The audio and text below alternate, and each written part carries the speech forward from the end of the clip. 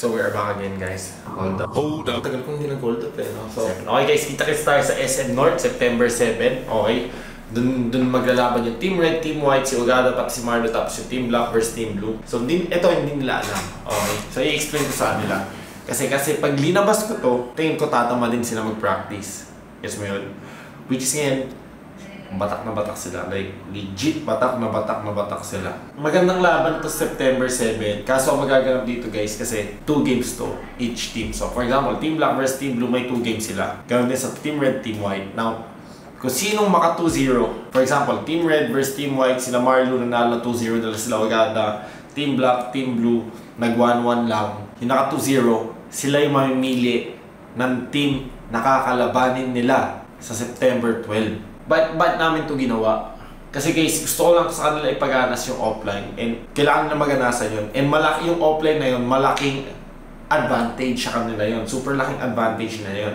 So ngayon, i-explain ko sa kanila yun. So yung mga taong gusto manood dyan, September 7, SM North, Cyber Zone, kita-kits tayo nun. Okay? So ngayon, i-explain natin ito sa kanila. Kaya ngayon ko natin sinabi kasi, pag sinabi ito sa vlog, mapapanood nila sa vlog, alam na natin yung talagang iso-surprise ko sila. Gugulatin natin sila. Okay? Okay naman po. Bumubuo po kami ng plano para sa darating na laban. Okay naman, nag-improve na maigi. Lalo si Marlo. Talagang porsigidong manalo. Araw-araw practice, araw-araw grind, scrims. Ang dami na po naming nabago at nagsisync na din po yung mga game namin, playstyle.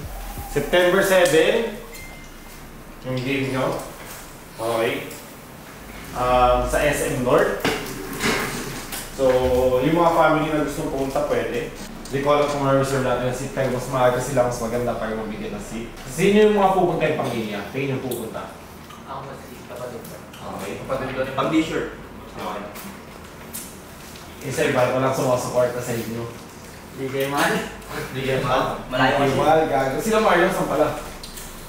Mga ice-cream pa-plan ka na po. Pa-plan ka na po. Hindi na pakasakit.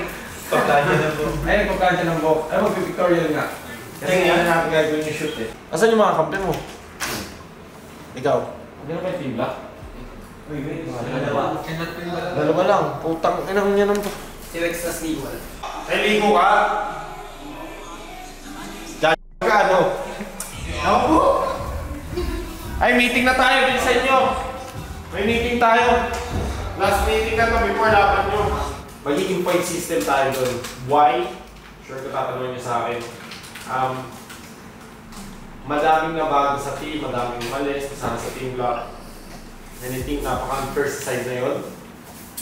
Second, baka kasi pagka sinabi ko sa inyo na magiging point system yun, yung iba hindi magbabata, yung bahay-ahay lang.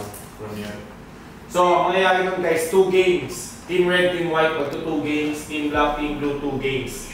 Sino maka 2-0, for example, Team White, Team Red, na 2-0 na Team White, Team Red. Tapos Team Black, Team Blue, nag 1-1. Si Team White, na naka 2-0, siya mamimili na mga kalaban niya sa September 12. Ayun ang tunay na naglagan. Okay, pabor naman po ako doon dahil yun nga, may choices pa kami kung sino gusto na makakalaban. Kung sakaling sino yung kung kami man yung makakakuha ng malaking points. Ganda, ang saya sobra. Kasi first time na may gumana itong Dio series sa ML eh, no? Dati kanya-kanyang heals ng mga ML player eh.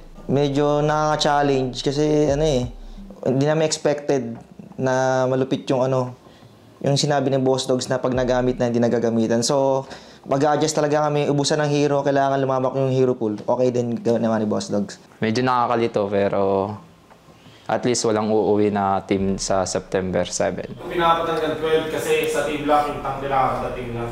Ang daming switches. May balls din sa mga team para makapag-adjust. Tapos, third reason, para makita nyo na kung ano yung tinatago nyong drop pick, magkabasahan na. Lalabasan na ng lason, mabasa na yung lason. Kailangan nyo yung highest. Kung sino nga, sabihin natin, Team White na 2-0, Team Blue na 2-0 na yung Team Black. Mag-determine na yun kung sino yung unang kukuha ng gusto makalaban sa most highest skills. So for example, Team White versus Team Red, sa first game nila may 12 kills sila. Tapos sa second game nila may 8 kills, di ba? 20 kills yun. Sa laban ng Team Blue versus Team Black, nanalo yung Team Blue, meron silang 5 kills. Tapos second game nila, 3 kills lang, 8 kills na panalo si Team White. May mili siya kung sino kakalabanin. For example, sige Boss D, ito ang kalaban namin, Team Red pa din. So ayun yung magaganap sa September 12. September 12, di pa championship. Hindi pa, naglagan pa rin yun. Kasi pag natapos nun guys, Ay, Boss. hello. Ikwento na lang nila sa'yo mamaya. Sabihin ko na Sabihin na lang. Kasi pagkatapos nun, ang gagawin natin guys, dito natin gaganapin sa bahay. Kasi nawawala yung essence ng pagka-Dio series pagka gagawin doon sa stage. Parang nagiging generic tournament tayo, which is hindi naman talaga yun. Gusto ko lang talaga yung experience sa inyo kung ano yung feeling na nandun sa stage. Guess nyo yun? Ayoko mawala yung feeling na tol, Dio series to, hindi to MPN, hindi to MDN, hindi to UC Legend, dito just ML. So sa bahay lang talaga siya, yung comfortable kayo, alam nyo yun? Yung essence na. Tsaka hindi ko sure kung maganda kasi internet doon. Honesty! Okay, honesty, hindi ko alam kung maganda yung magiging internet, kung maglalag or hindi. So hindi pinag-isipan namin yun. So mas maganda dito, sure maganda internet, walang reason, pag natalo, talo. Ayoko kasi pag doon natalo, nalaglag yung isang team. Naglalag kasi. Mamaya may photoshoot tayo. So as a team, individual, JR, kaya ba? Pag-post ka, Mga signature shot nyo lang, hindi tayo pro team, hindi yung... Oh. 1, 2, 3, 1, 2, 3, hindi, signature shot nyo na. Kung gusto nyo, nakapack yung lahat. Yung essence ng Dio series, ilabas nyo. Pwede na, ganun kayo, pwede yun. Pwede yun, men. Yes nyo? Basta huwag na kayo may hawak ng kutsilyo, maka-vlog tayo doon. Kung anong gusto yung hand sign, lahat. Ikaw, Perd, sabihin natin, may hawak ka ng libro, tapos nakaganon ka.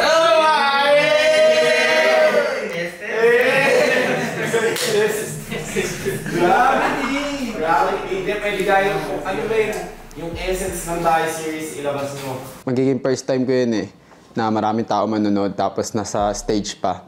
Kaya kailangan ihanda ko yung sarili ko kasi kabado ako kapag maraming tao tapos may ingay. Excited na sobrang, namimiss ko mag-event. Lalo yung event namin dati sa SM Net nila Boss D. Nakakamiss din. Excited na rin kasi nakanood na rin ako. Alam ko na yung sarap eh. Pag nandun mismo sa lugar, sobrang sarap. Siyempre, kasi ito yung first time ko makakalaro doon na parang MPL stage at Ayun din, nakipag-usap ako sa agency ko na gusto nilang, hindi naman dalawin, pero gusto nilang gawin alam mo yun, may 3D graphics, lahat ayusin, pagandahin, gawin sa stage, gawin sa ganito. Ang pero sinasabi ko sila, pagka ganun, nawawala yung essence ng Dio series. Oo, nag-iiba ng tema, nagiging parang major tournament tayo, which is hindi. Yes nyo yun. So, Dio series pa rin tayo, mag-i-stay tayo doon. So, yun guys, any questions? Boss D, paano pag nag-1-1 parehong laban? Ayun na nga eh, doon babasehan yung Kills. system. Pag nag-1-1 kill system, pagbabasehan natin. Tapos, confirm, ang gagamitin yung September 7 is POVA 5 Pro. Okay, ayun yung gagamitin yung device. Confirm na yun. At saka, that day, ilalunch din si POVA 5. Eto, Boss. Sa inyo na yan. Oo, pero pag natalo kayo, nalagdag kayo, sa September 12, sa inyo na yan. Guess nyo yan? Sa next month nun, yung mag-laban ng finals, ay gagamitin nyo ng device. Techno pa din, hanggang ano. Pero I think, mas maganda kung yun na yung gagamitin nyo para mas komportable kayo. Kaso kasi ito iniisip ko pa. Nag-usap din kami ni Jason. Pag September 7, yung dalawa sa inyo na naglag, paano kukunin yung gamit dito? Yung gamit nyo. Ano, pupunta doon ng dalang gamit. Tapos manonood Assign mo eh. Bumiyahe ka sa Manila, yung mga taga Manila. Bumiyahe ka ng Manila, tapos babalik ka, tapos gaganoon ka, parang extra work. So pinapadali ko na lang yung buhay nyo. Tsaka manonood pa ng MPL. At saka manonood tayo ng MPL, yung mga natin. For example, Team Blue, Team Black, natalo ng Team Black, yung Team Blue na 2-0 nila. Pupunta na MPL, may experience mo na MPL. Magbago yung mindset. Kasi may 5 days pa kayo. Pagkatapos sa September 7, 9 manonood tayo, 10 babalik.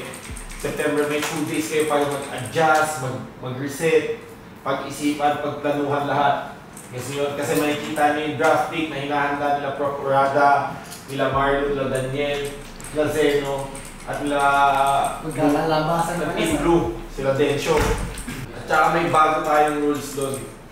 September 12, lahat na na-pick na hero, hindi na, for example, Game 1, si Daniel nag-Bruno. Hindi na siya pwede mag-Bruno sa second game.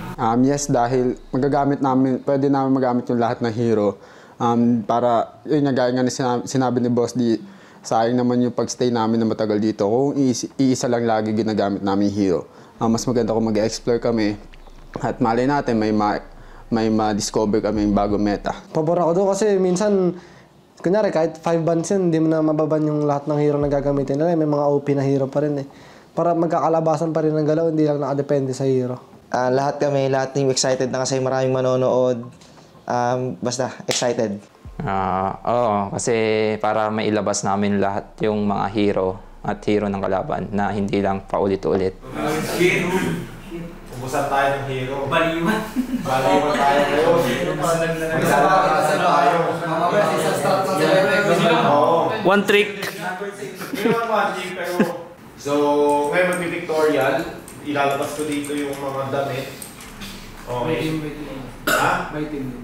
Hindi, isang damit lang yun. Ano ka? Bibigay ko sa inyo. Kala ko sa amin eh. Nagkatapos ito ng laba, mga tukmol. Kaya yung Team Red, kayang naka-hoodie, ibay natin yung forma, yung team nakadamit. Kung gusto nyo pwede yun. Kung gusto nyo sit-in. Hindi yun, dahil ba yung post-it? Oo. Okay lang yun, basta napalabas sa video. Oo, pwede yun. Bakit?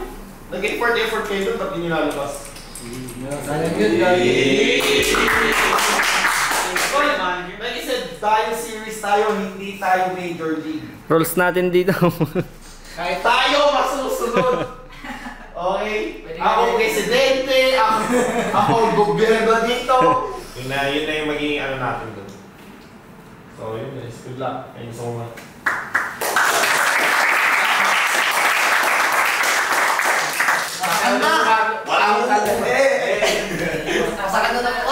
Sa sumusuporta sa Team Black, maraming salamat. Pagpatuloy nyo lang kami suportahan hanggang dulo kahit na medyo nahirapan kami ngayon kasi nag-a-adjust kami. Dahil nawalan niya kami ng 2 players. Napalitan ng 2 players. Hey guys, shoutout sa lahat ng sumusuporta sa Team White guys. Gagawin namin best namin para mapanalo lahat. Support nyo lang kami hanggang sa dulo guys. Sa sumusuporta sa Team Red, sa team ko, sobrang salamat sa inyo. Kundi dahil sa inyo, hindi lumalakas loob namin. Basta ito yung lagi sabihin, yung aming grupo, nagpupursiging mag-ensayo upang sa laban ay hindi mapugo. Guys, patuloy nyo lang kami pasusuportahan. Gagawin lang namin lahat para manalo at hindi kami magpapauli.